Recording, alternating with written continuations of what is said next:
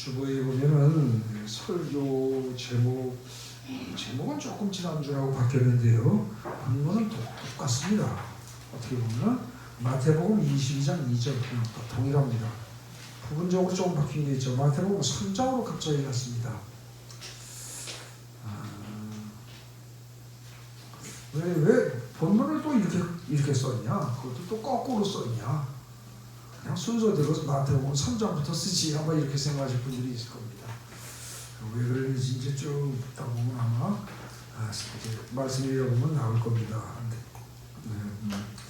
지난번 설교에서 말씀드렸던 거는 뭐였죠? 천국이란 어떤 것이다? 하나님 나라라는 말과 같다. 네? 천국은 하나님 나라와 같다. 첫째. 그리고 공간적인 개념이 아니다. 공간적인 개념이 아니고 모종의 상태를 나타내는 말이다. 상태. 그래서 오히려 시간적인 개념으로 이해해야 한다. 이런 말씀을 드렸습니다. 한마디로 요약하면 천국이란 뭐다? 하나님의 품 안에 안겨서 어떤 절대적인 사랑과 절대적인 평강과 절대적인 행복을 누리는 상태. 그게 천국입니다. 그런데 그런 결론을 도출한 것은 마태복음에 나오는 천국이라는 말이 쓰이는 경우를 쭉 분석해 본 결과 흔히 우리는 천국에 들어간다라는 말 때문에 장소로 생각을 했었는데 사실은 가만히 따져보니까 그게 아니었다는 거죠. 장소가 아니고 천국에 들어간다라는 말은 천국과 같은 상태, 눈물도 고통도 아무것도 없고 그야말로 기쁨이 넘치고 평강이 넘치고 하나님의 사랑이 넘치는 상태로 들어간다. 그런 뜻이라는 거죠. 이걸 공간으로 이해하면 아주 이상해집니다. 그래서 천국에 들어간다는 말을 잘 따져본 결과 처음에는 공간인 듯 했지만 공간이 아니라 어떤 은혜가 넘치는 상태다. 그 얘기를 했던 거죠. 그 다음에 천국을 소유한다. 그런 말들이 많이 나오죠. 마태복음 읽다 보면 그런 말들이 많이 나옵니다. 천국을 소유한다. 그러니까 천국을 소유한다는 말이 어떤 물건을 갖는다처럼 이렇게 느껴지는데, 그러니까 천국이라는 것은 소유의 대상처럼 느껴지는데 그것 역시 소유의 대상이 아니라 내 마음 상태가 어떤 상태에 있다. 그걸 말하는 거다 그랬습니다. 근데 성경을 읽다 보면요, 천국을 비유하면서 천국을 이야기하면서 사람으로 설명할 때 있다는 겁니다.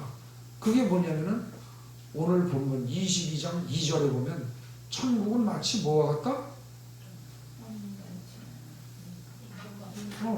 혼인잔치를 아들을 위해서 혼인잔치를 준비하는 임금과 같다. 그러니까 수식어 다 빼버리면 천국은 임금과 같다. 이렇게 된다는 겁니다. 그러면 이건 좀 이상하단 말입니다. 근데 이게 한 번만 나오느냐? 지난번 시간에도 말씀을 드렸습니다. 이게 거꾸로 거슬러 올라오면 어디서 나와요? 마태복음 20장에 1절에 뭐가 나와요? 천국은 마치 뭐와 같다? 포도원 얘기하면서 포도원 주인이라고도 안 하고요. 집주인과 같다 또 그래요. 근데 그것만 있습니까? 아닙니다. 이걸 또 찾아보면은요. 거꾸로 또 가면은 18장에 가보십시오. 마태복음 18장에 가보면 23절 보세요. 천국은 그 종들과 결산하려는 어떤 임금과 같은 이름이다. 여기도 임금이라는 표현이 또 나오죠. 그럼 결국은 뭐예요? 오늘 본문 22절에서도 임금과 같다고 그랬죠. 여기도 또 임금입니다. 근데 또 거꾸로 가면 어디 또 나오냐? 13장 가보십시오. 마태복음 13장 24절 보면 천국은 좋은 씨를 제밭에 뿌린 사람과 같은 이렇게 되어 있습니다. 여러분들 이거 읽었던 기억나십니까? 대체로 여러분들은 천국을 뭐로 생각해요? 이거 읽고 난 다음에 천국을 밭처럼 생각한다고요. 네? 근데 여기 분명히 또 천국이 뭐라고 되어 있다고요? 좋은 씨를 제밭에 뿌리는 사람과 같다고 되어 있습니다. 이거 이상하네요. 근데 이걸 이해를 못할 것 같아가지고 예수님이 직접 또 해설을 해주십니다. 그게 어디 나옵니까? 24절에 제밭에 뿌린 사람과 같다는 말을 해설해 주시는 게 어디예요? 설명해 주시는 게 37절에 보십시오. 거기 좋은 씨를 뿌리는 이는, 좋은 씨를 뿌리는 사람은 누구다? 인자다, 예수다, 이렇게 나온다는 거죠. 오호, 놀라운 얘기입니다. 그죠? 결국은 거기서도 천국을 뭐라고 표현한다? 사람으로 표현하고 있는데 본질이 인자래요. 그 다음에 또 더욱더 거꾸로 올라가지고 마태복음 3장 가봅시다. 마태복음 3장에 또 뭐 그런 게 어디 있을까 싶은데, 이거 참 놀라운 겁니다. 이게 지난주 우리 목요일날 성경 공부하다가 찾아낸 얘기입니다. 3장에 보십시오. 세례 요한이 1절에 보세요. 그때 세례 요한이 이르러 유대 광야에서 전파하여 말하되 회개하라 천국이 가까이 왔느니라 했어요. 그죠? 회개하라 천국이 가까이 왔느니라. 그랬으면은 그 다음에 어떻게 돼요? 천국이 진짜 가까이 온 천국이 뭔가 보여야 될 거 아닙니까? 나와야 될 거 아니겠어요? 근데 가까이 온 천국이 나와요? 보여요? 안 보여요? 이게 아무리 봐도 안 보여요. 근데 꼼꼼히 잘 읽어보면 어떻게 돼요? 꼼꼼히 잘 읽어보면 어디 나옵니까 이게? 11절에 나옵니다. 11절에. 나는 너희로 회개하기 위하여 물로 세례를 베풀거니와, 앞에요 4절에 보면 낙타 털옷을 입고 허리에 가죽띠를 띠고 음식은 메뚜기와 석청을 먹으면서 이렇게 기인으로서 아주 놀라운 기인처럼 범상치 않은 사람입니다. 그런 행동을 하면서 회개하라 천국이 가까이 왔느니라 라고 크게 외치는 이 사람이 곧 천국이 아니고, 자기는 아주 별 볼 일 없다는 거예요. 11절에 보면 나는 기껏 해야 너희들한테 물로 세례를 베푸는데 내 뒤에 오시는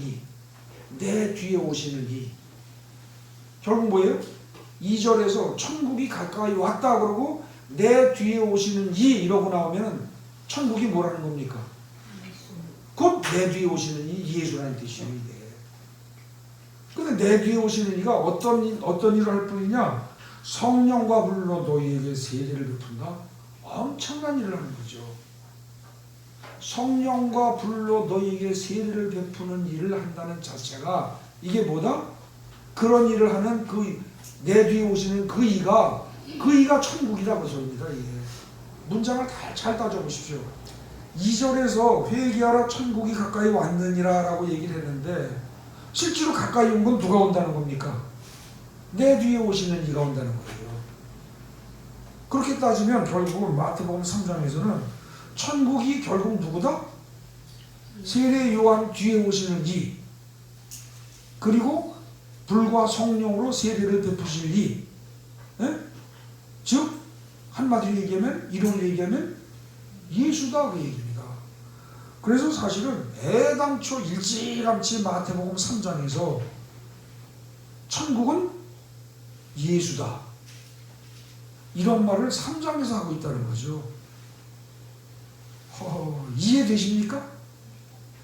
이해 잘 안 되죠? 이거 이해 잘 안 됩니다. 왜요? 처음부터 3장에서부터 예수가 천국이다를 이해시키려면 굉장히 힘듭니다. 그런데 이거를 갖다가 완전히 깨달은 사람이 있었습니다. 그게 누구예요? 최권능 목사입니다. 최권능 목사가 누구냐? 일제시대 때 해방 전에요. 저 이북 지역에서 평양 쪽에서 목회를 하던 목사님인데 그분이 전도할 때 했던 유명한 말이 뭐예요? 예수 천당 불신 지옥입니다. 예수 천당 불신 지옥.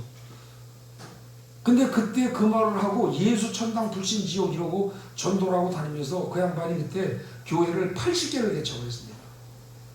그리고 수많은 사람들을 크리스찬으로 만들었습니다. 근데 그와 동시에 많은 사람들부터 미쳤다 그랬습니다. 미쳤다. 여러분 예수 천당 불신 지옥 그러면 여러분들 듣기에 기분이 어떻습니까? 아멘 할렐루야 이 소리가 나옵니까? 안 나옵니다. 불쾌합니다. 어떻게 믿어도 꼭 그렇게 극단적으로 믿고 미친 소리같이 그렇게 하냐. 그래봐야 요즘 누가 알아먹고 그 말을 누가 인정하겠냐. 그리고 아무리 나도 예수를 믿지만 어떻게 예수가 천당이고 안 믿으면 지옥이냐. 그 말을 한 사람은 참 그게 일제시대에 먹혔을지 모르지만 오늘날에 그 말 한다면 그건 말도 안 되는 미친 소리다. 아마 이럴 겁니다. 어떻습니까? 제가 지금 말한 거 동의하십니까? 거의 100이면 100 다 동의할 겁니다. 그런데 오늘 본문을 따져보면요. 예수 천당 불신지옥이 맞습니다. 제가 잘 따져보겠습니다. 나중에 여러분들이 예수 천당 불신지옥을 동의하든 안 하든 그건 여러분들의 자유입니다. 근데 정말 그 말이 맞나 틀리나 따져보자고요. 다만 예수 천당 불신지옥이 어때요? 그 말을 직접 길거리에서 외칠 때 사람들이 워낙 못 알아듣기 때문에 그 말을 처음 부르짖었던 최건종 목사가 미친놈 소리를 들었고 돌을 맞았고 했던 것처럼 우리도 욕을 먹을 수 있습니다. 그러나 정작 그 말이 틀린 건 아닙니다. 나중에 정말 그런 결론이 나오나 안 나오나 찾아봅시다. 자, 여러분들 거기 주보해 보십시오. 문제 제기 나옵니다. 거기에 천국은 인공같다. 이 말은 천국을 인격체로 보는 겁니다. 사람으로 보는 거예요. 근데 이런 귀절들이 조금 전에 살핀 것처럼 마태복음의 3장, 13장, 18장, 20장, 22장에 계속 반복해서 나옵니다. 네? 그걸 도대체 어떻게 이해하냐는 거죠. 천국이 인격체다. 네. 근데 이걸 풀기 위해서 우선 오늘 22장 본문에 나오는 귀절부터 살펴보겠습니다. 거기 천국은 혼인잔치가 아니라 22장 1, 2, 3절을 읽어보면 사실은 우리는 천국은 혼인잔치다로 보통 이해하는 습관이 있다는 거죠. 거의 자동적으로 본능적으로 그렇게 이해를 합니다. 근데 여기는 분명히 그렇게 안 되어 있습니다. 성경 본문에는 천국은 임금과 같다고 그랬습니다. 만약에 천국이 임금과 같다는 말이 맞다면 천국은 원래 하나님 나라죠. 하나님 나라가 뭐예요? 임금과 같다예요. 근데 그 본문을 잘 읽어보면 누구든지 초등학교만 나온 사람이라면 거기서 말하는 임금이란 하나님이란 말과 같은 것을 알 수 있습니다. 그건 다 이해하실 수 있죠. 그러면 결국 어떻게냐? 천국 이퀄 하나님 나라 이퀄 하나님이다 이런 뜻이 되어버립니다. 하나님이다. 네? 하나님이다. 근데 하나님 나라가 하나님이다? 근데 이걸 갖다가 아까 살핀 것처럼 마태복음 3장을 살펴보니까 하나님 나라가 천국이 곧 하나님 나라인데 그게 예수다 이랬어요. 그죠? 일단 그게 이해가 되든 안 되든 이퀄 관계를 인정한다고 칩시다. 그러면 어떻게 돼요? 천국 이퀄 하나님 나라 이퀄 22장에 의하면 하나님이고 마태복음 3장에 의하면 예수란 말입니다. 그래서 결국은 여러분들 주보에 거기 중간쯤에 하나님 나라가 하나님 자신이요 예수 그리스도라는 등식이 성립합니다. 이게요. 그런데 천국은 임금과 같다 그랬죠. 그죠? 그 말은 천국은 종이 아니다 이겁니다. 또 천국은 20장에 의하면 집주인과 같다 그랬습니다. 포도원 얘기, 포도원에 품꾼 들여보내는 얘기하면서 품꾼을 들여보내려고 아침 일찍 나온 집주인과 같다 그랬습니다. 그것도 종이 아니라 주인입니다. 그럼 이건 무슨 얘기예요? 천국, 하나님 나라, 하나님 자신, 예수 그리스도가 다 같은 말인데 결국은 천국을 소유한다는 것은 하나님을 소유하는 것인데 그 하나님이 내 안에 들어와서 나와의 관계가 어떻다? 주인이요 왕이라는 얘기입니다. 이해가 되십니까? 주인이요 왕이다. 그게 지금 여러분들 주보에 두 번째 동그라미 중간점에 나오는 그 부분에서 하는 얘기입니다. 천국이 즉 하나님 나라는 말인데 하나님 나라가 어떤 임금과 같다, 어떤 왕과 같다 이렇게 얘기를 하는 것은 하나님 나라가 곧 하나님 자체다. 근데 그 하나님 자체가 천국을 소유한다, 천국에 들어간다 그러면 내가 하나님 안에 들어간다, 내가 하나님을 소유한다 이런 뜻이 되는데 그 하나님은 종이 아니라 신하가 아니라 임금이요 왕이라고 했으니까 그분이 내 삶에 어떻게 돼요? 내 삶의 주인이요 왕이다 이런 뜻입니다. 만약에 이걸 인정하게 되면 여러분들 거기 중간쯤에 하나님 혹은 빨간 글씨로 하나님 혹은 예수 그리스도가 나의 왕이자 나의 주인이라는 뜻이다 그랬죠. 이거를 인정하면 정말로 이게 옳다고 믿으면 어떻게 됩니까? 여러분, 잠시 세상에 살다가 가는 여러분들이 주인 노릇할 거 있어요 없어요? 없다는 뜻입니다. 여러분들이 주인 노릇할 게 하나도 없다는 뜻이에요. 재물이 여러분들 거라고요? 아니라는 겁니다. 자식이 여러분들 거라고요? 아니라는 겁니다. 여러분들의 생명이 여러분 거라고요? 아니라는 겁니다. 이게 아닌 걸 인정해버리면 그 다음엔 어떻게 됩니까? 고민할 거 있어요 없어요? 걱정할 거 있어요 없어요? 불안하고 염려할 게 있어요 없어요? 없다는 겁니다. 여러분들 진짜 자식을 이를테면 결혼해서 자식 낳고 사시는 분들, 자식이 내 거다라는 생각을 진짜 버렸다고 칩시다. 그럼 어떻게 돼요? 그 대신 누구 거다? 하나님 거다. 그리고 그 자식이 물론 나와 무관하진 않습니다. 하나님이 나에게 맡겨주신 겁니다. 그래서 그 자식이 클 때까지 내가 먹이고 입히고 가르치고 할 일은 해야 합니다. 근데 내 건 아닙니다. 원래 내 게 아니에요. 원래 하나님 겁니다. 그러면 누가 살펴요? 나는 뒷바라지 조금만 하면 됩니다. 그리고 하나님이 살피십니다. 하나님이 다 알아서 살피실 겁니다. 무능한 하나님 아버지가 아닙니다. 전지전능하신 분입니다.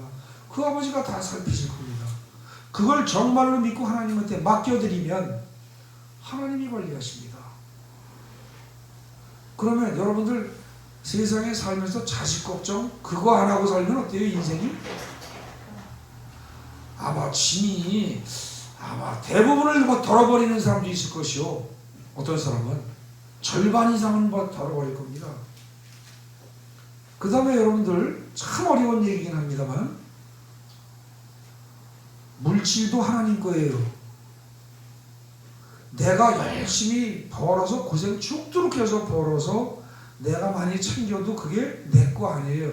죽은 다음에 가져가는 거 아니고 천국에 가져가서 쓰는 거 아니에요.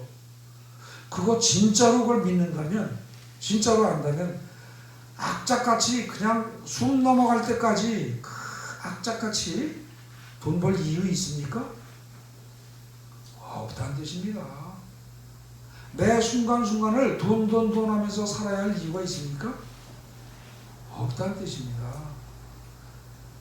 하나님이 우리에게 주신 그 귀한 생명의 시간들을 우리는 사실 어떻게 해요? 누리면서 살아야 합니다. 하나님이 주시는 평강과 기쁨과 행복을 누리면서 살아야 되는데 거기에 누릴 생각을 하지 않고 모든 신경이 돈 이쪽으로 가 있습니다. 내 거 아닌데 미련한 짓 하는 겁니다. 여러분들 진짜로 하나님이 나의 왕이요 나의 주인이다. 이거 진짜로 인정하게 되면요. 여러분들 우리가 염려할 일, 두려워할 일 없습니다. 또 여러분들이 내가 단독으로 책임지고 계획하고 해결해야 할 일도 없습니다. 진짜 하나님이 왕이시고 진짜 하나님이 나의 모든 것의 왕이시고 모든 것의 주인이다. 그러면 어떻게 돼요? 그 다음에는 왕이 시키는 대로 하면 됩니다. 왕이 시키는 대로면 이 왕은 좋은 분이라 우리의 먹을 것, 입을 것, 그 밖에 모든 걸 다 책임지십니다. 우리의 건강도 책임지십니다. 모든 걸 다 책임지십니다. 그런데 그것을 믿을 수가 없어서 내가 내 노력으로 준비하려고 발버둥을 치면 어떻게 돼요? 내가 엄청 힘이 듭니다. 몸이 초긴장을 해야 되고 마음이 초긴장을 해야 되고 영원히 하나님을 바라볼 틈이 없습니다. 그게 결국은 세상 삶이고 그것이 바꿔에게는 조금 심하게는 지옥의 삶입니다. 하나님을 전혀 배제한 채 나 혼자서 내 뜻대로 내가 내 노력으로 모든 걸 이루고 살겠다고 발버둥 치는 삶. 그래서 고생은 많이 하지만 열매는 별로 없고 맨날 허덕이면서 순간순간을 살아가야 하는 삶. 그게 사실은 지옥입니다. 여러분들 천국의 삶이라는 거는요 천국의 삶이라는 건 실제로 천국을 받아들이는 건데, 천국을 받아들이는 건 바꿔서 얘기하면 뭐예요? 하나님을 받아들이는 겁니다. 하나님을 받아들이는데 하나님을 뭘로 받아들여요? 종으로 받아들이는 게 아니라 하나님을 주인으로, 왕으로 받아들이는 겁니다. 그리고 그 밑에 우리는 백성으로서, 하나님의 자녀로서, 하나님의 종으로서 그냥 순종하고 말씀대로 따라가는 겁니다. 근데 그렇게 되면 여러분들의 모든 문제가 해결된다니까요. 그걸 하나님은 애타게 얘기하시는 겁니다. 그렇게 되면 어떻게 되냐? 우리가 두려워할 일, 염려할 일, 걱정할 일 하나도 없고요. 애쓰고 수고할 일도 없고요. 하나님이 다 해주신단 말입니다. 그리고 우리가 혼자 힘으로 고민하면서 이 일을 이렇게 할까 저렇게 할까 계획하고 그걸 죽어라 하고 그냥 그야말로 등에서 그냥 진땀이 나도록 노력을 하고 그럴 일 없다는 겁니다.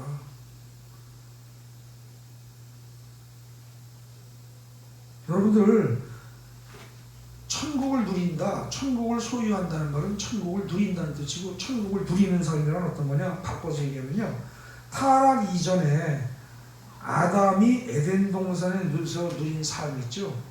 그게 천국입니다. 아담이 에덴 동산에서 누린 거. 에덴 동산에 있는 모든 것들 아담이 만든 거 있어요? 아담이 준비한 거 있어요? 하나도 없습니다. 하나님이 다 준비하셨습니다. 그런데 거기 부족한 게 있습니까? 아닙니다. 모든 것이 다 풍족했습니다.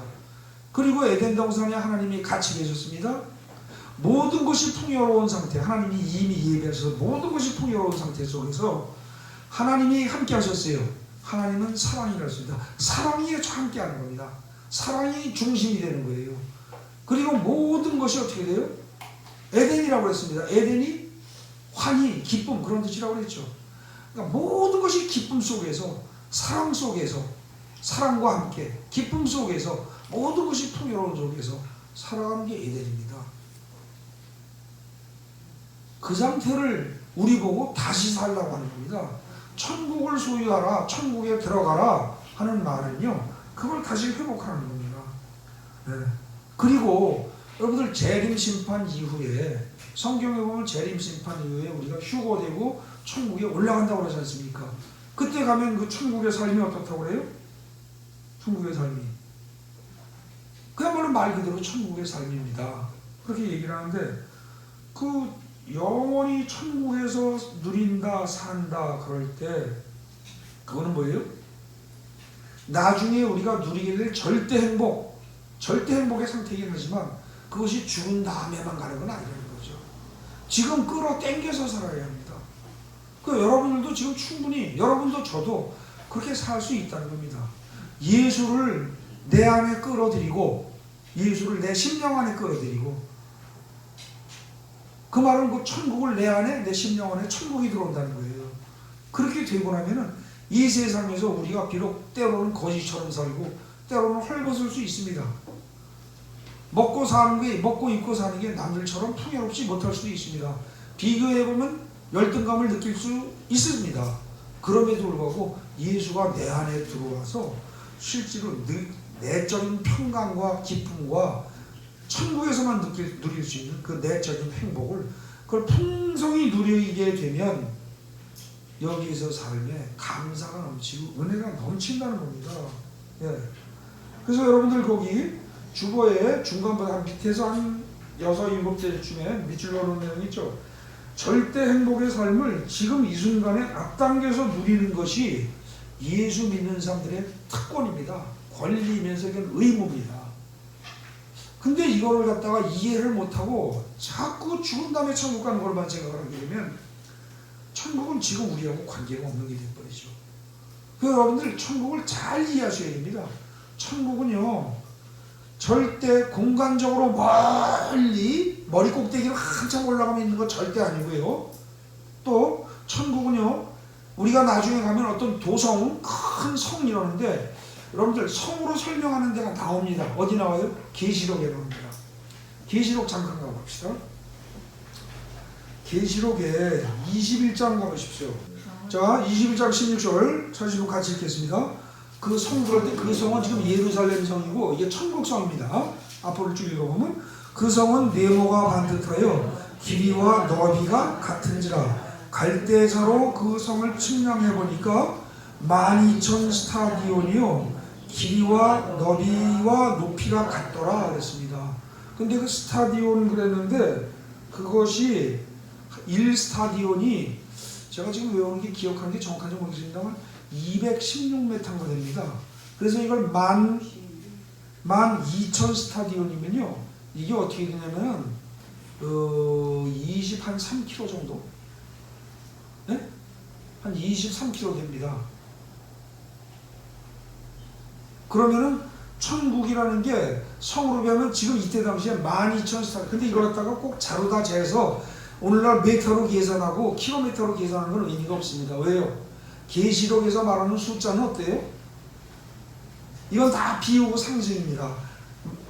이를테면 거기 12,000이라는 건 어떻게 돼요? 12 곱하기 1000입니다. 근데 12라는 것은 완전수입니다.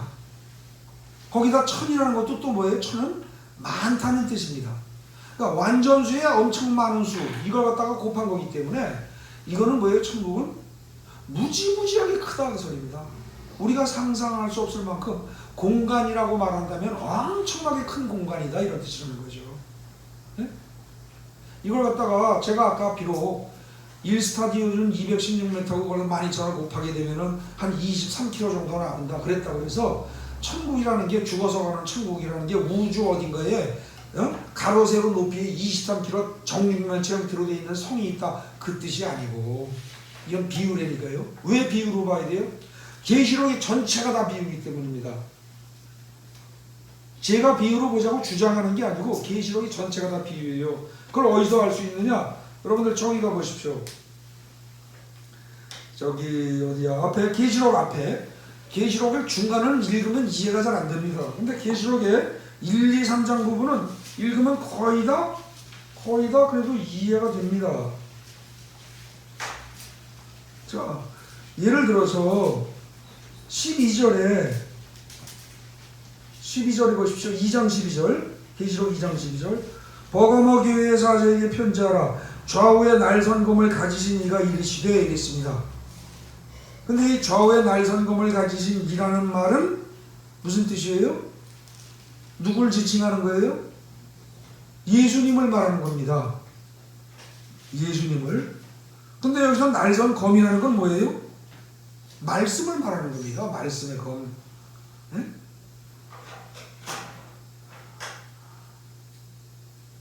말씀의 검이에요 이게. 그래서 여기 나온 이런 내용들이 여기뿐만 아니라 자 그 다음에 18절도 보십시오. 눈이 불꽃 같고 그 발이 빛난 주석과 같은 하나님의 아들이 이르시되 그랬습니다. 이것도 누구를 말하는 거예요? 예수를 말하는 겁니다. 근데 실제로 예수님을 만나보면 눈이 진짜 불꽃 같고 발은 주석 같아요? 아닙니다. 비유입니다. 전부 다. 그래서 계시록은요 처음부터 끝까지 다 비유입니다. 처음부터 끝까지. 네? 그 다음에 3절에 보면 거기 3장 1절에 사대교회의 사자의 편지하라. 하나님의 7영과 7뼈를 가지신 이가 이르시되. 그럼 이 말이 진짜 그 문자 그대로 해석하면 예수님은 항상 7영과 7뼈를 손에 들고 있어야 합니까? 그러면 그야말로 농담으로 하는 얘기지만 식사도 못 하시겠네. 양손에 칼도 들어야 돼, 별도 들어야 돼. 여러분 그릴 수 있어요 이거? 아까 양손에 칼 들었다고 그랬죠? 칼도 들고 별도 들고 그릴 수 있냐고요. 이걸 공간적으로 눈에 보이는 형태로 이해하는 사람은 초등학교 저학년 수준입니다. 계시록은 전체가 비유라는 거죠. 그렇게 되면 아까 12,000 스타디온도 비유라는 겁니다. 그런데 12,000 스타디온에서 그게 성이 가로 세로 높이가 똑같아요. 완전히 정육면체라는 겁니다. 여러분들 성이 정육면체면 얼마나 답답하겠어요? 정육면체란 가로 세로 높이가 같아요. 완전체라는 뜻입니다. 그래서 지금 거기요 계시록에 보면은 21장에 나오는 그 16절 다시 21장 16절에 보십시오. 21장 16절에 지금 나오는 그 성이 네모 반듯하고 길이 뭐 등등등이 같고 그러니까 엄청나게 하나님의 나라는 엄청나게 크다. 공간으로 말하자면 엄청나게 크고 완전한 형태다. 상상할 수 없을 만큼 큰 것이요 또 완전한 형태다 형태로 말하자면 그런 얘기고요. 그 다음에 22절, 23절 보세요. 조금 전에 성 얘기가 계속해서 21절까지 나옵니다. 좀 전에 말한 그 성이. 근데 그 성 안에 22절 보세요. 성 안에서 내가 성전을 보지 못했대요. 이게 예루살렘 성이라고 말을 해놓고 성 안에 가니까 성전이 없대요. 이상하잖아요. 그런데 성전이 없는데 이는 주 하나님 곧 전능하신 이와 어린 양이 성전이심이라고 그랬죠. 맞습니까? 성전이 뭐가 성전이라고요? 하나님이 곧 성전이고 하나님이 곧 뭐예요? 예수님이 곧 성전이고 결국 어떻게 돼요? 하나님과 예수님은 같은 분이고 그분이 곧 성전이고 성전이 예루살렘 성이 따로 없으니 그분이 곧 성이다 이렇게 되는 겁니다. 이해되십니까? 그러니까 결국 하나님의 도성이 예루살렘 성이라고 비유되는 하나님의 도성이 곧 하나님이고 곧 예수님이지 그 안에 성전 따로 있고 성전 안에 하나님이 또 따로 계시고 그 옆에 예수님이 앉아있고 아니라는 거예요. 공간적으로 이해할 게 아니라는 겁니다.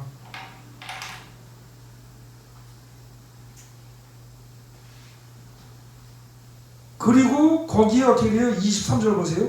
그 성은 해나 달의 비침이 쓸데없어요. 해도 필요 없어요. 달도 필요 없어요. 왜? 하나님의 영광이 그냥 빛이고요. 어린 양이 등불이에요.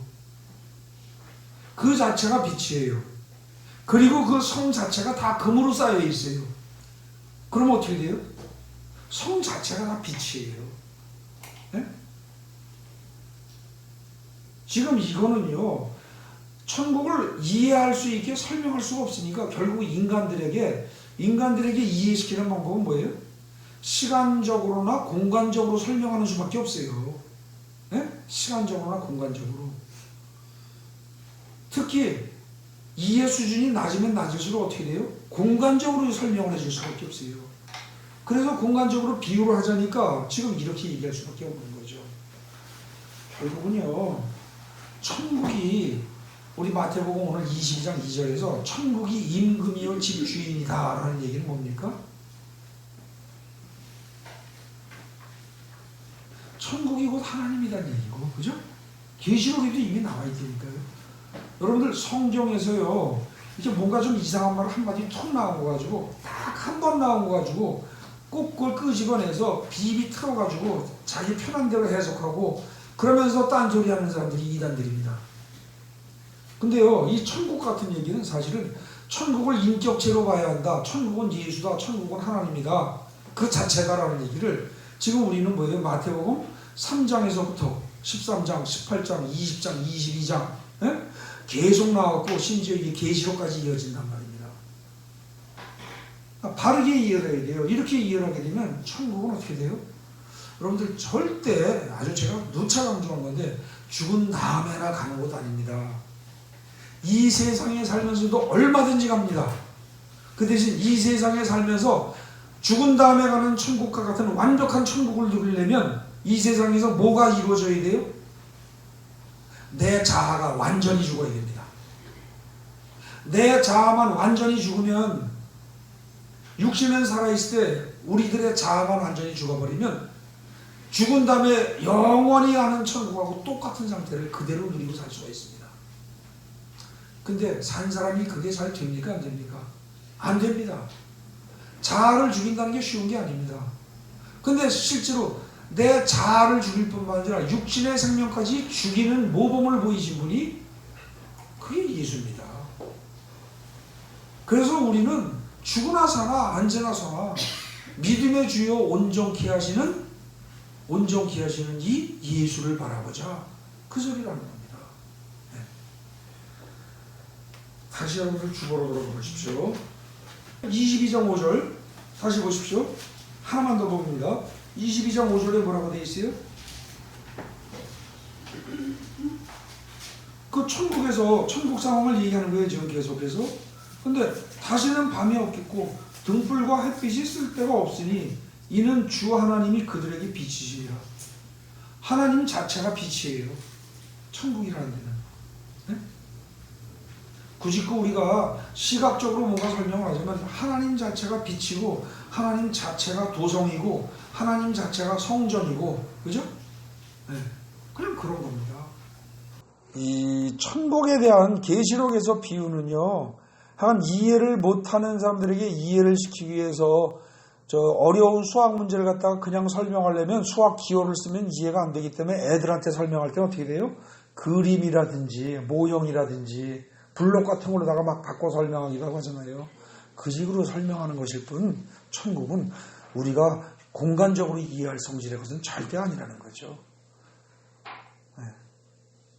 그 여러분들의 자아가 죽기만 하면 생명이 끝난 다음에 우리의 자아가 완전히 죽어버리는 것처럼 생명이 끝나기 전에도 우리의 자아가 완전히 죽기만 하면 얼마든지 지금 당장 누릴 수 있는 그런 것이고, 우리가 우리의 자아가 죽는 것에 비례해서 누릴 수 있는 곳이 천국이란 말입니다. 네. 참 저도 더 이상 설명하기가 참 어렵습니다.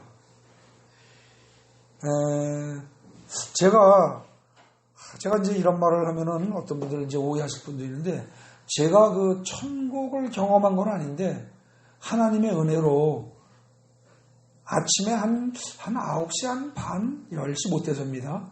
한 9시 반, 9시 40분쯤 됐을 거예요.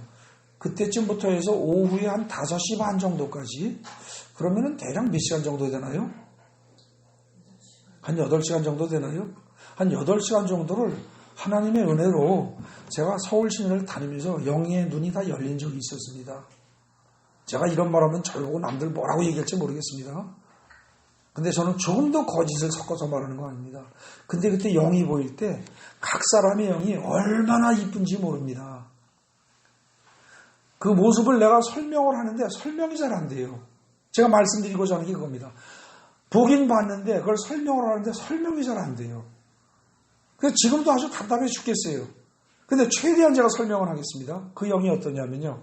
그래서 여러분들이 생각하시는 궁금한 거, 뚱뚱한 사람은 영도 뚱뚱하냐? 절만의 말씀 안 그렇습니다. 키가 작은 사람은 영도 적으냐? 키가 적으냐? 절대 아닙니다. 그렇지 않습니다. 육신과 관계없습니다. 다만 그 사람의 영이 하나님이 저에게 보여줬던 건 어떠냐면, 사람 머리에서요, 육신의 눈이 여기쯤 있으면 영의 눈은 한 요만큼쯤 돼가지고 약간 위로 올라가서 이렇게 겹쳐 있습니다. 근데 한 사람 한 사람이 어떻게 그렇게 이쁜지 모릅니다. 얼마나 이쁜지 몰라요. 얼굴이 길쭉하면 영의 얼굴도 길쭉하냐? 아닙니다. 얼굴이 동그라면 영의 얼굴도 동그라냐? 아닙니다. 거의 완벽하게 이쁩니다. 그러니까 요즘 TV나 등등 이런 데 나오는 탤런트 가수 그룹 중에서 아주 이쁜 애들이 있죠. 그 모습입니다. 그런데 그 얼굴들이 그럼 다 똑같으냐? 아닙니다. 수술을 해서 똑같이 비슷하게 만든 애들은 똑같을 수 있지만 아주 완벽하게 이쁜데요, 다 다릅니다. 그러니까 제가 더 이상 설명 못합니다. 그런 게요, 얼굴 하나같이 이렇게 이뻐요. 늙은 사람은 영이 늙거든요. 아닙니다. 전부 다 똑같습니다. 마치 뭐하고 똑같으면 화장이 전혀 필요 없는 20살도 아니고 그저 한 7, 8 정도 된 막 피어나는 여자아이들, 남자아이들, 그야말로 피부가 그냥 탱탱하고 그냥 반질하고 그런 정도 상태. 근데 그것도 모자라는 게 비눗방울처럼 느껴집니다. 비눗방울처럼. 그냥 투명하게 비칩니다. 뒤가 보여요. 다 보이고요. 그리고 속에서 형광빛이 솟아납니다. 형광빛이.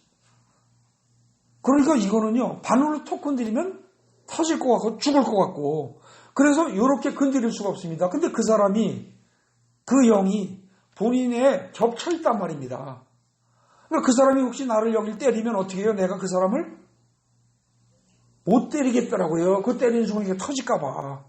터져 죽을까봐. 저렇게 이쁜데 저렇게 귀한데. 근데 하나하나가 다 그렇게 보여요, 전부 다.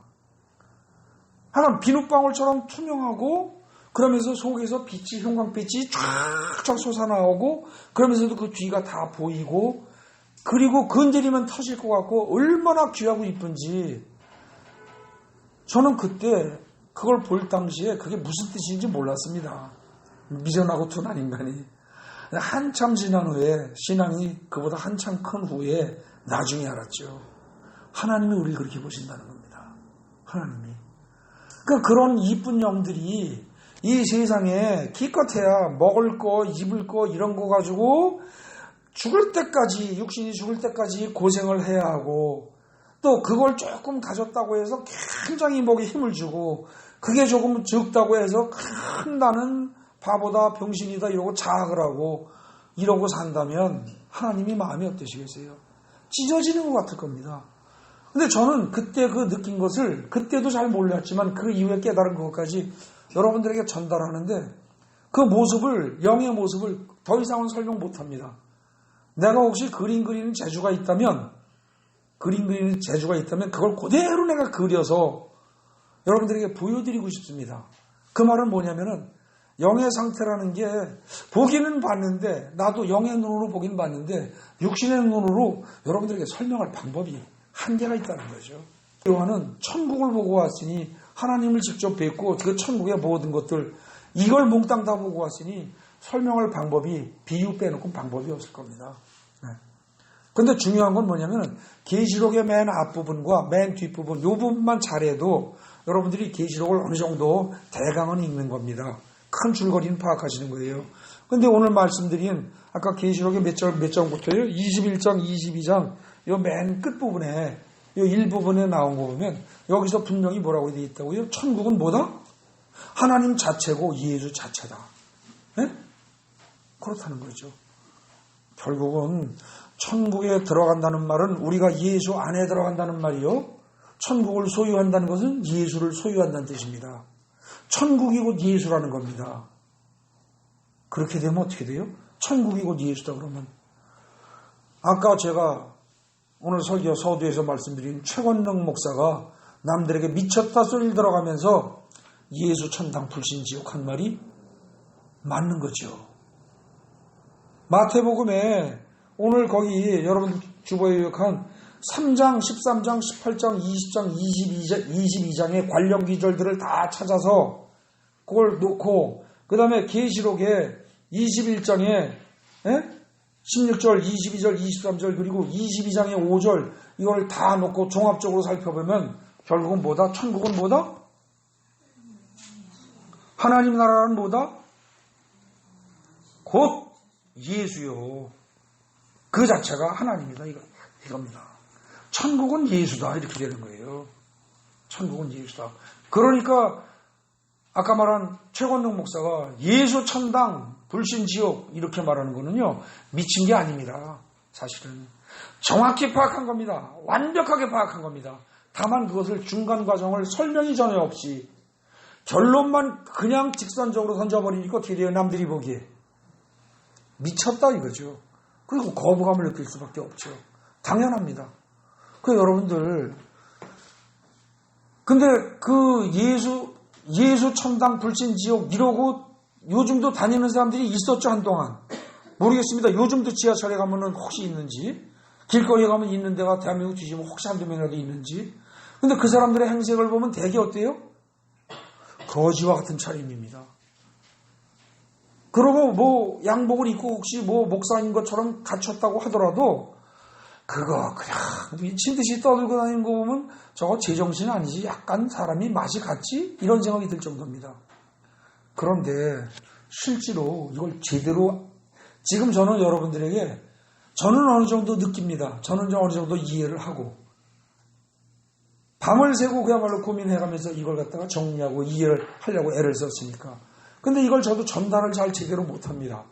근데 여러분들이 이걸 전달을 받고 이론적으로 지적으로 아는 것만이 아니라 이게 진짜 영적으로 하나님의 은혜로 영적으로 확 이게 깨달아지고 보여지고 난다면 여러분들 거의 남들이 보기에 미쳤다 소리 들어가면서 거지 행색을 하고라도 나가서 외치지 않을 사람이 없을 겁니다. 제가 여러분들에게 그렇게 하자는 거 아닙니다. 제가 그러겠다는 거 아닙니다. 사실 우리는 예수 천당 불신 지옥 이렇게 외치는 사람을 보면서 저 역시도 얼마 전까지도 그건 너무 심하다. 그건 너무 극단적이다. 그리고 어떻게 그렇게 극단적으로 독선적으로 그렇게 얘기를 하냐. 저 예수를 믿어도 좀 적당히 좀 부드럽게 품위 있게 믿어야지 저런 식으로 믿는 건 광신자다. 그래서 저도 지하철에 다니면서 그렇게 그거 이렇게 팻말 들고 예수 천당 불신 지옥 이런 팻말을 들고 그러고 중얼중얼하면서 다니는 전철 사이를 칸칸칸칸칸이 다니는 사람들을 보면은 저도 사실은 굉장히 불쾌하고 전도라도 저렇게는 안 하면 좋겠는데 이랬었습니다. 근데 사실 그런 식의 판단이 누구의 생각이에요? 사람의 생각인 겁니다. 사실은. 정말 하나님의 입장에서 보면 그게 정답이에요? 아니에요? 정말로 하나님의 입장에서 보면 정답입니다. 그런데 하나님의 입장과 우리 인간의 입장이 어때요? 거리가. 동이 서에서 먼 것처럼 성경에 나오는 표현대로 한다면 엄청나게 멀기 때문에 이게 멀리 떨어지면 떨어질수록 어때요? 미친놈 소리가 나오는 겁니다. 돌 던지는 사람이 나오는 겁니다. 근데 이해가 되면 될수록 어떻게 돼요? 점점 가까워지는 거죠. 그리고 그게 만약에 내가 육신을 가진 사람이긴 하지만 하나님과 거의 같은 수준이 돼서 하나님의 심정으로 본다면 어떻게 돼요? 내가 돌을 맞아가면서도 그 말을 할 수밖에 없다는 겁니다. 여러분들 이제까지 길 가면서 예수 천당 불신 지옥 그렇게 외치는 사람들을 볼 때마다 여러분들도 아마 저하고 똑같은 심정이었을 겁니다. 그걸 진짜다, 은혜다 이렇게 받아들이는 사람은 거의 없을 겁니다. 요즘 현대인 중에서 그런 사람은 거의 없습니다. 되게 불쾌하게 느끼고 독선이다. 뭐 꼭 저따위로 예수를 믿어야 되냐. 예수쟁이든 절에서 싫다. 별별 소리가 다 나올 겁니다. 그런데 하나님의 입장에서는 그거를 진실로 너희들이 깨달아 주길 바란다 하고 간절히 얘기를 하시는 겁니다. 여러분들 예수 믿는다는 거는 내 생각 버리고 하나님의 생각을 받아들이는 거라고 했죠. 네. 만약에 그 관점에서 본다면 예수 천당 불신 지옥이라는 최건로 목사님이 맨 처음에 시작했던 그 전도 방식, 그리고 얼마 전까지 지하철에서 길거리에서 우리가 보고 들었던 그 전도 방식이 사실은 틀린 거 아닙니다. 다만 뭐 현대사회에 그것이 효율적이지 않을 수는 있습니다. 그 점은 인정합니다. 그런데 그런 사람들을 세상 사람들이 미친 사람 취급을 할 수는 있어도 예수 믿는 우리까지 미친 사람 취급을 한다면 우리의 생각도 세상 사람과 거의 멀지 않다는 증거일 뿐이지 하나님은 그렇게 보시지 않을 거라는 겁니다. 제가 이 말씀을 드리는 이유는 뭐냐? 우리의 생각으로 다른 예수 믿는 사람들을 판단하면 안 됩니다. 내 기준을 가지고 다른 예수 믿는 사람들을 판단하면 안 돼요. 우리가 보기에는 길거리에서 그 예수 천당 불신 지옥하고 소리 지르는 그 사람, 그리고 거지같이 남루한 옷차림으로 다니는 그런 사람들을 볼 때 저건 완전히 미쳤다. 우린 거의 다 그렇게 생각한다는 거죠. 그리고 아무리 믿어도 저렇게 하는 건 아니다. 대한민국의 거의 대부분의 목사들에게, 모든 장로들에게, 모든 그리스도인들에게 물어보십시오. 그거 잘한다고 할 사람 몇 되겠나? 그런데 그것이 역시 사람의 생각이라는 겁니다. 성경 기절을 꼼꼼히 뒤져보면 싫으나 좋으나 제가 오늘 거론했던 성경 기절들을 집에 가서 다 뒤져서 다시 한번 점검해 보십시오. 제가 설명이 부족하고 말이 앞뒤를 줄이 있게 전하지 못해서 이해가 덜 됐을지 몰라도 여러분들이 이잡듯이 뒤지면서 아까 말씀드린 성경 기절 마태복음에 나오는 것 3장, 13장, 18장, 20장, 22장 나오는 것들하고 그리고 또 계시록의 21장과 22장에 나오는 것들을 쫙 종합을 하면 예수가 곧 천국이다. 예수가 곧 천당이다. 말이 맞다는 겁니다. 오늘 이 시간을 기회로 천국에 간다는 말이 무슨 뜻인지 확실히 여러분들이 깨달으실 수 있는 은혜가 임하길 바랍니다. 그리고 오늘을 기회로 내가 가지고 있는 신앙, 내가 가지고 있는 믿음을 가지고 다른 사람들, 다른 그리스도인들, 특히 다른 그리스도인들을 재단하는 그러한 기회를 다시는 우리가 범하지 않기를 바랍니다. 그래서 우리가 기도할 때, 회개 기도할 때 알고도 지은 죄, 모르고도 지은 죄, 그것까지 용서해 주십시오 그러죠. 거기 이 주보에 이 한 대 있죠? 맨 아래에 빨간 글씨로. 그러면 천국이 하나님이라는 말과 천국에 들어간다는 말, 천국을 소유한다. 그리고 천국이 하나님이란 말은 천국이 예수라는 말입니다. 천국 이퀄 하나님 이퀄 예수라는 말, 이것하고 천국에 들어간다, 천국을 소유한다, 이걸 몽땅 다 종합적으로 고려한다면 무슨 뜻이 되느냐? 그 다음에 읽겠습니다. 천국에 들어간다는 건 하나님 나라에 들어간다. 천국이 하나님 나라니까. 맞죠? 하나님 나라에 들어간다는 건 결국은 또 바꿔 얘기하면 뭐예요? 하나님 안에 들어가는 거예요. 예수 안에 들어가는 겁니다. 그런데 하나님 나라에 들어간다는 건 하나님이 통치하시는 영역 안에 들어가는 거예요. 하나님이 통치하시는 영역 안에 들어가면 그 안에 들어가서 우리는 그 하나님 나라의 법에 순종해야죠. 하나님 나라의 법에 순종해야죠. 하나님 나라의 법이 하나님 말씀 아닙니까? 그러니까 말씀에 순종한다는 뜻입니다. 또 하나님 나라에 들어간다는 건 굳이 그 공간적인 개념을 자꾸 염두에 떠올리는 사람들은 하나님 품 안에 들어간다고 보시면 됩니다. 하나님의 품 안에 들어간다? 이건 하나님은 영이십니다. 그죠? 그러니까 하나님의 영의 상태로 들어간다는 겁니다. 육의 상태가 아니에요. 영의 상태로 들어가는 거예요. 그래서 절대 평강, 절대 행복, 영원한 생명, 이 상태를, 즉 영생을 누리는 겁니다. 이게 하나님 나라에 들어가는 거예요. 근데 우리는 어떻게 돼요?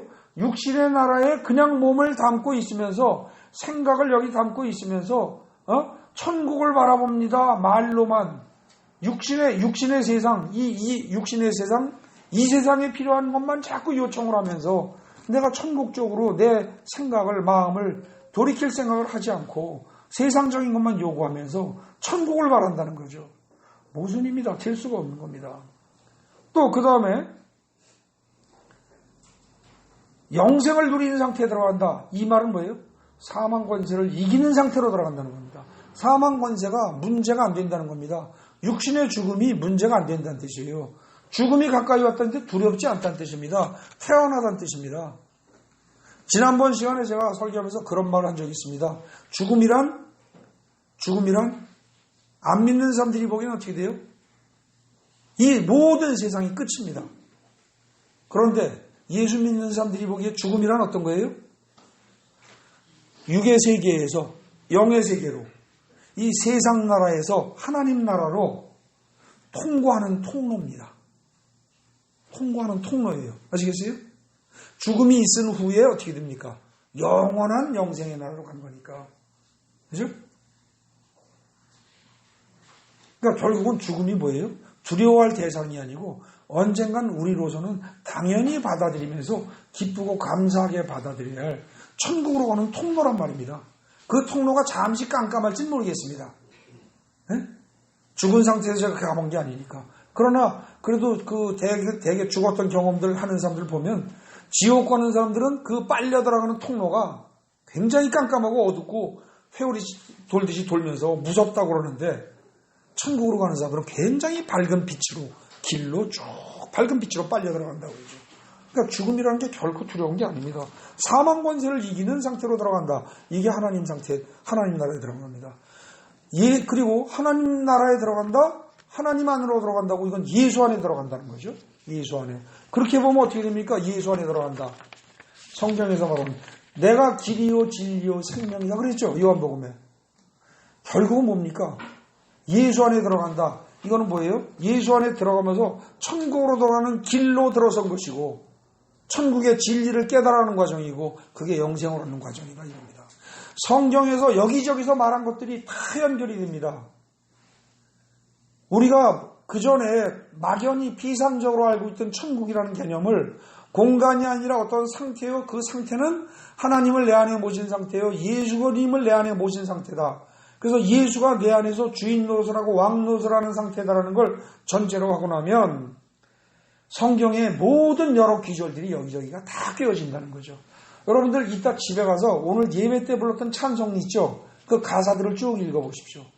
그러면 이제 그게 꿰어질 겁니다. 이해가 될 겁니다. 천국은 따로 있는 거 아니고요. 내 주 예수 모신 곳이 그 어디나 하늘나라입니다. 여러분들 창세기 28장에 보면은 야곱이 돌베개 비고 자면서 천국 사닥다리 어쩌고저쩌고 그런 얘기 나오죠. 맞습니까? 거기서 야곱이 잘한 게 있습니다. 그리고 한계가 있습니다. 그게 무슨 얘기냐면요. 야곱이 그날 가다가 광야에서 사막에서 광야에서 뵐 게 없으니까 돌베개를 돌 하나 갖다 놓고 잡니다. 근데 자다가 꿈속에서 어떻게 돼요? 천국까지 닿는 사닥다리를 보죠. 그리고 그 사닥다리에 천사들이 왔다 갔다 하는 걸 오르락내리락하는 걸 봅니다.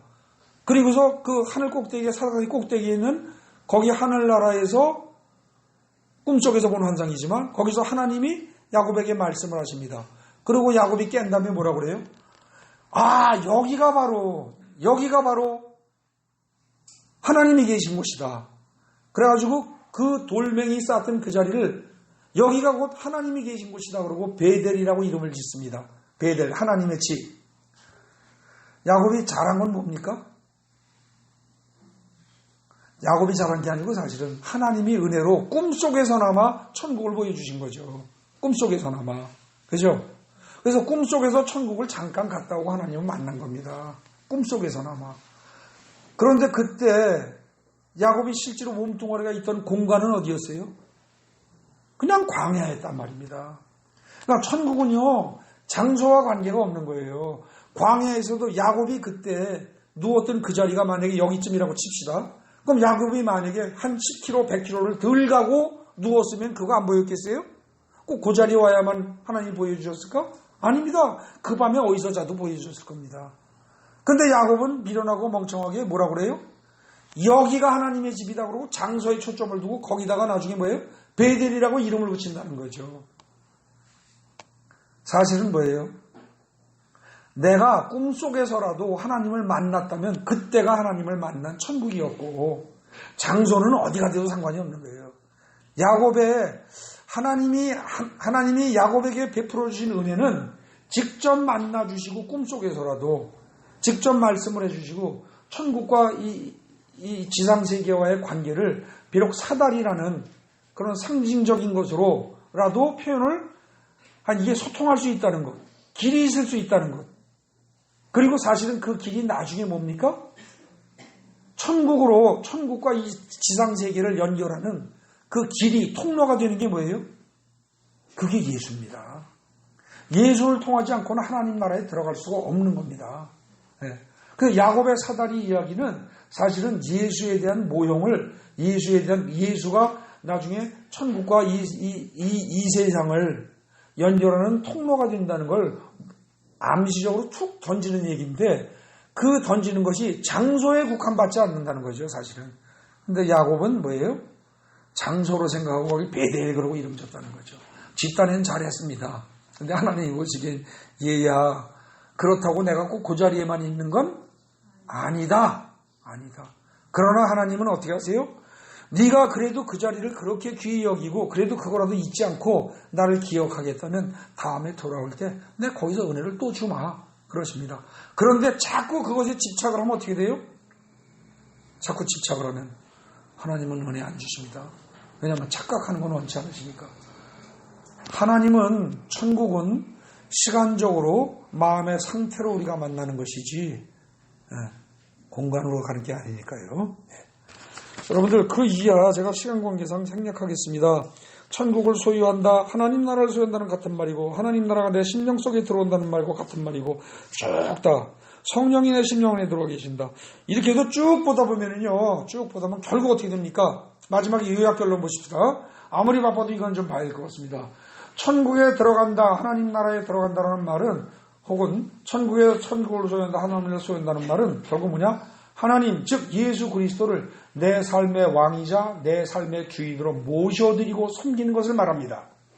이게 결론입니다. 그렇기 때문에 예수 그리스도를 나의 왕으로 모시는 일은, 그럼 내 역할은 내가 주인 될 건 하나도 없잖아. 내 멋대로 하는 게 하나도 없네? 이러고 그건 좀 마음에 안 드는데 여러분들 실제 이 삶을 살아보십시오. 얼마나 편하고 행복한지 모릅니다. 이걸 누려본 사람만 압니다. 이게 내 권한이 다 없어져서 나는 바보같이 사는 게 아닙니다. 무지무지하게 이루 말할 수 없이 이건 행복하고 기쁜 일입니다. 그래서 이렇게 그리스도를 나의 왕으로 모시는 일은 부담스러운 일이거나 의무가 아니라 이건 실로 정말로 기쁘고 감사한 일입니다. 이걸 전혀 체험하지 못한 사람들은 이게 부담스럽고 싫을 수 있습니다. 내 멋대로 할 수 있는 게 하나도 없잖아 이러고. 그 사람들은 한 번도 체험 못한 사람들입니다. 냉정하게 말하면. 이걸 조금이라도 맛본 사람은 맛보면 맛볼수록 이건 기쁘고 감사할 일입니다. 또 두 번째 동그라미 보십시오. 하나님은 영이십니다. 그래서 천국에 들어간다고 천국을 소유한다는 말은 뭐예요? 내 안에 하나님의 영, 즉 성령을 모셔드리고 성령의 인도하심에 따라서 내 삶이 인도를 받는 겁니다. 그게 천국에 들어가는 겁니다. 그러니까 여러분들이 이 세상을 살면서 그야말로 회사의 사장일 수도 있고요, 직원일 수도 있고요, 대통령이 될 수도 있고요, 청소부가 될 수 있어요, 거리의 청소부가 될 수 있습니다. 뭐가 돼도 좋습니다. 시장에서 장사를 하든 학교에서 애들을 가르치는 선생님이 되든 뭐가 돼도 좋습니다. 하는 일이 뭐가 문제가 아니고, 자, 그 다음에 보시오. 내 자아가 중심이 돼서 육적인 욕망을 채우는 삶에서부터 방향전환을 하는 겁니다. 어떻게? 첫째, 성령의 인도하심을 받아서. 두 번째, 예수께서 열어주시고 보여주신 생명의 길을 따라서. 세 번째, 하나님이 기뻐하시는 뜻을 이루면서. 네 번째, 하나님의 자녀답게 살아야 됩니다. 자녀답게. 맨날 찌질이같이 원수막이 귀신들한테 얻어 터지고 당하고 그것에 눌려 살고, 팔자에 눌려 살고 운명에 눌려 살고 그렇게 찌질이같이 살면 안 된다는 거예요. 하나님의 자녀가 어떻게 그렇게 살합니까? 하나님의 자녀답게 살아야 됩니다. 하나님께 자녀답게 산다는 것은 하나님이 주시는 모든 영적인, 물질적인, 세상적인 축복까지도 다 누리면서, 세상적인 축복 배제하는 거 아닙니다. 그것까지도 누리면서 동시에, 그러나 그보다 더 중요한 건 뭐예요? 영적인 모든 축복을 누리면서 영의 세계까지 제압해 가면서, 질병도 제압해 가면서, 그러면서 하나님의 아들 같게 예수님 사는 것처럼 사는 겁니다. 그게 천국의 삶을 사는 겁니다. 그렇게 이 세상 살다가 우리의 육신이 생명이 끝나면 그때는 어떻게 돼요? 내 자아가 완전히 죽은 상태가 돼가지고 그때는 자아가 없죠. 자아가 육신에 끌릴 일이 없는 게 육신이 죽었으니까. 그런 상태에 내 영이 그야말로 완벽히 행복한 하나님의 나라로, 하나님의 품 안으로 들어가서 영원하신 하나님이 영원하시기 때문에 하나님과 하나가 돼서 영원히 사는 것, 그게 영생을 하는 겁니다. 그래서 이 천국에 관한 것, 이것에 관한 개념을 정확히 여러분들이 이해하시면 뭐가 달라집니까? 죽은 다음에 가는 게 천국이다라고 생각하는 사람들은 여기서 대충 살고 웬만큼 신앙생활하고 그러고 나중에 천국 가면 되지, 이렇게 생각하는데 그런 사람들 거의 대부분 못 갈 겁니다. 성경에 의하면 못 갑니다. 모르죠. 하나님이 아주 은혜가 풍성하신 분이라 참 그런 애들도 다 건져주시면 혹시 모르겠습니다만 성경에 나온 논리대로는 못 갑니다. 근데 천국이란 어떤 데다? 죽은 다음에만 가는 곳이 아니라, 죽은 다음에 가는 것도 맞습니다. 그게 틀렸다는 건 아니에요. 그런데 죽은 다음에만 가는 게 아니라 이 세상 살면서 삼위일체 하나님을 내가 모시고 성경 말씀대로 성령의 인도함을 받아서 하나님의 자녀답게 멋있게 사는 겁니다. 그야말로 멋있게. 그게 이 세상에서 천국을 누리는 거죠. 여러분들에게 그런 은혜가 있길 바랍니다.